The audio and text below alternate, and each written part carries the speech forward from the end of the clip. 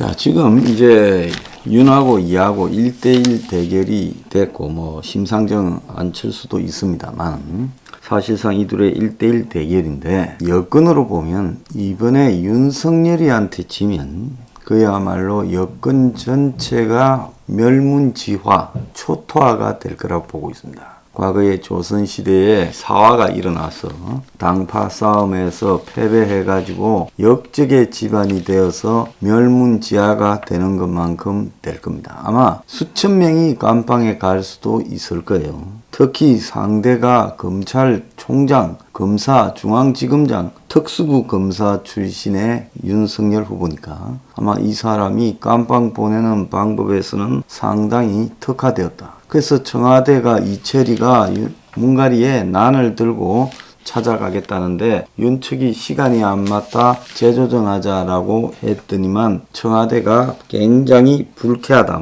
이런 말까지 던지고 있어요. 자, 이거는 뭔가 하면 상대가 지면 끝이다라고 생각하고 지지 않기 위해 온갖 암수를 다 던질 거다라고 보는 거고, 그 암수의 핵심은 야권의 분열지계에 있을 거다, 그렇게 봅니다. 일단 야권 집안의 싸움으로서 여러 가지가 터져나오고 거기에 뭔가가 폭로되는 것이 아주 유리하겠죠. 자, 노멀한 여론조사에서 윤이 10% 이상 두 자릿수 앞서고 있습니다만은 일부 조사에서 윤이 앞서는 비율이 크게 이에 비해서 높지 않고, 또 더 나아가서 당선 가능성을 갖다가 묻는 그런 지금 여론조사에서 이재명이 윤보다 훨씬 앞서고 있다, 이런 내용까지 나오고 있어요.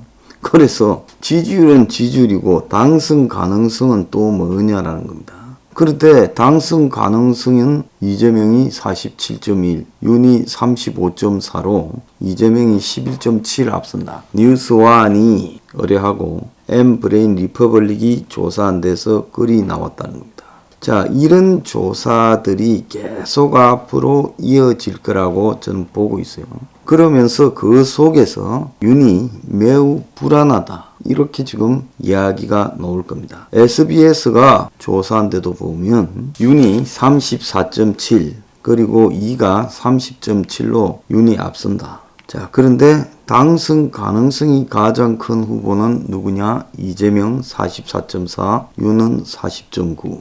또 어떤 조사에서는 경제를 잘할 후보에 이재명이 윤보다 잘할 것 같아, 이런 것도 있습니다. 그래서 이제 본격적으로 김빼기에 들어갔어요. 여건이 통제 가능한 TV 여론조사, 또 군소 미디어의 여론조사를 통해서 윤과 이 차이를 줄이고 3, 4%나 1, 2%로 줄이고, 그리고 당선 가능성에서는 윤이 이보다 낮다, 이가 윤보다 높다라고 작업들을 시작한 걸로 봅니다. 송영길은 윤의 컨벤션 효과가 바로 내일 원상 회복될 것이라고 어제 말을 했어요. 송영길의 이 말은 실질적으로 몇 가지 여론조사에서 윤이 크게 앞서는 현상이 확 줄어들 거고, 또 당선 가능성이라는 해괴한 질문에 대해서 이가 높을 거라는 부분을 예측한 것이라고 봐야 됩니다. 자, 그래서 결국은 온갖 작업들을 다 동원해서 윤을 걸 거고, 윤이 4건째 입건이 되었다라는 지금 보도도 있었죠. 공수처가 이번에는 판사 사찰 문건을 가지고 또 입건을 했습니다. 그래서 이거는 기본이고, 이 외에도 수많은 함정들이 나올 거라고 봅니다. 자, 그러면 우리 서민들 입장에서 봤을 때는 이런 싸움들을 어떻게 봐야 되느냐? 많은 사람들이 정권 교체를 바라고 있으니까 그냥 교체만 되면 좋겠다라고 생각하지만은, 또 다른 한편으로서요, 저 정당의 후보가 원사이드하게 앞서가서 여건이 원사이드하게 몽울락했을 때 그건 좋은 현상이 아니라 실제 서민들의 삶에 매우 좋지 않은 상황으로 갈 수 있습니다.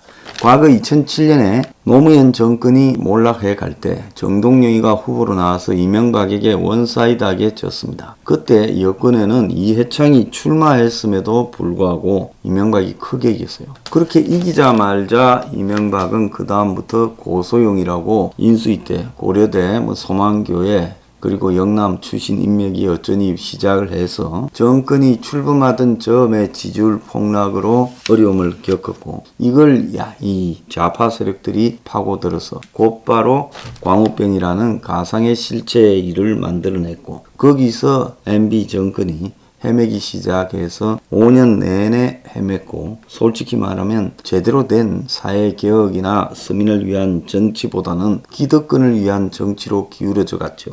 박근혜 정권 때도 마찬가지였습니다. 이명박 정권을 이어 박근혜 정권이 연장이 되니까 그때부터 이제 기득권들이 설치기 시작해서 박근혜 정권 내내 기득권적인 현상이 사회 전반에 가속화되었고, 그러니까 행복주택은 사라지고 뉴스테이가 지배하기 시작했습니다.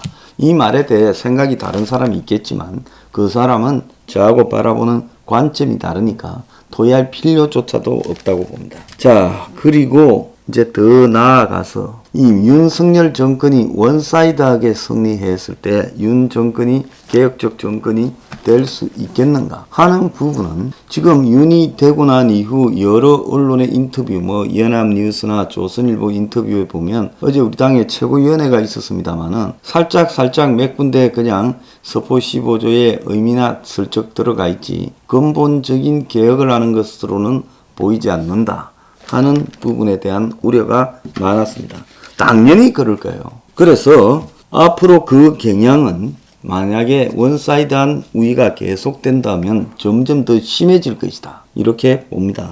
근데 별로 그렇게 걱정하지 않아도 될 게 지금 당장 윤의 허니문 기간은 급속히 짧아지고 여권의 반격이 곳곳에서 시작이 되었고, 지금 윤에 대한 흠집내기에 돌입을 당분간 한 3, 4주 갈 거다. 그럼에도 불구하고 이가 윤하고 차이가 더 벌어지면 아마 이를 정리하고 후보 교체가 될 거다, 이래 봅니다. 지금 많은 사람들은 후보 교체를 못할 거라고 보고 있지만은 지금 문가리 입장에서는 이재명에게 자신의 운명을 걸고 무기력하게 져서 자기부터 멸문지하 상태를 겪는 것을 절대로 원하지 않는다는 겁니다. 그렇기 때문에 문이 이를 정리할 카드는 많이 있을 거다. 그 전에 여권이 등장할 카드는 야권의 분열입니다. 지금 야권에 윤이 당선되자마자 파리떼니 하는 온갖 이야기들이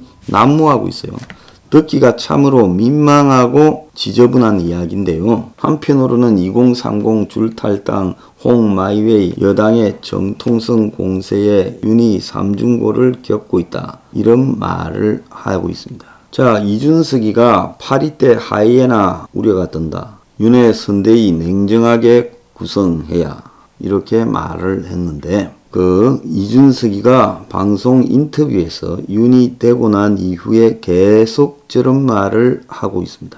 그러면서 후보 곁에 권력을 부추기는 하이에나가 아니라 밝고 긍정적인 멧돼지와 미어캣이 있었으면 좋겠다고 8월 달에 이야기했고, 또 김종인도 지난 9월 달에 파리떼에 둘러싸여 5개월 헤맨 것이 윤석열의 현 주소다라고 이야기를 했고, 그리고 6일날 이준석이가 또 하이에나와 파리떼를 거론하기 시작했어요. 자, 그러면서 최근에는 2030의 탈당이라는 이야기를 가속화 시키면서 이런 문제를 제기하니까 윤측의 김영환이 지금 내가 파리떼냐, 이준석 거강꾼 자수한 내 목 가져가라고 이야기를 했습니다. 그러면서 안철수하고 단일화해야 된다라는 주장에 대해 거강꾼 행세하면 징계하겠다라고 말하니까 안철수 진영에 있다가 윤석열 측에 온 김영환이 이준석에게 묻겠다. 나는 파리떼인가 하이에나인가? 그리고 이준석의 대답을 듣고 아이들에게 사이에게 혈통을 알려줘야 한다. 거강꾼 여기 있으니 내 목 가져가라는 참으로 민망한 이야기까지 나왔어요. 자, 홍은 거리를 두고 김은 조건을 많이 들고 나오고 있습니다.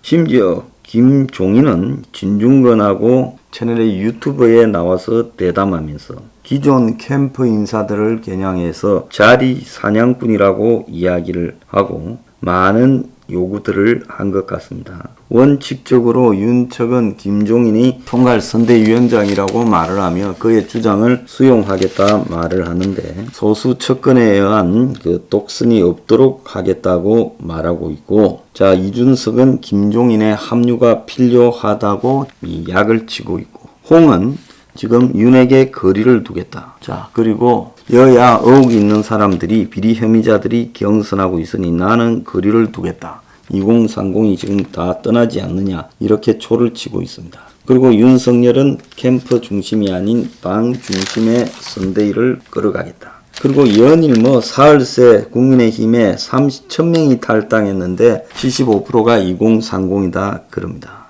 자, 그래서 이준석이가 캠프 물갈이를 강하게 압박하고 있습니다. 자, 윤 캠프 측에서는 겉으로는 당을 앞세우겠다라고 하면서 불쾌감을 표방하고 있는데요. 지금 홍준표, 이준석 그리고 김종인이 하는 행태가 전형적인 야권 내부의 분열을 도모하고 있습니다. 자, 그래서 이미 분열을 하는 공작이 시작되었고요. 이준석이나 홍준표나 김종인이 이번 대선이 끝날 때까지 내내 엄청난 분열의 원인이 될 거다. 윤은 화약고 위에 타고 대선까지 가느냐 아니면 고독하게 가느냐 자기가 알아서 선택해야 될 건데 화약고 위에 타서 가는 길을 택할 거라고 봅니다. 그래서 저 야당 내부가 앞으로 그 폭탄으로 인해서 스스로 또 몰락에 갈 수도 있다. 이런 생각이 들고 있습니다.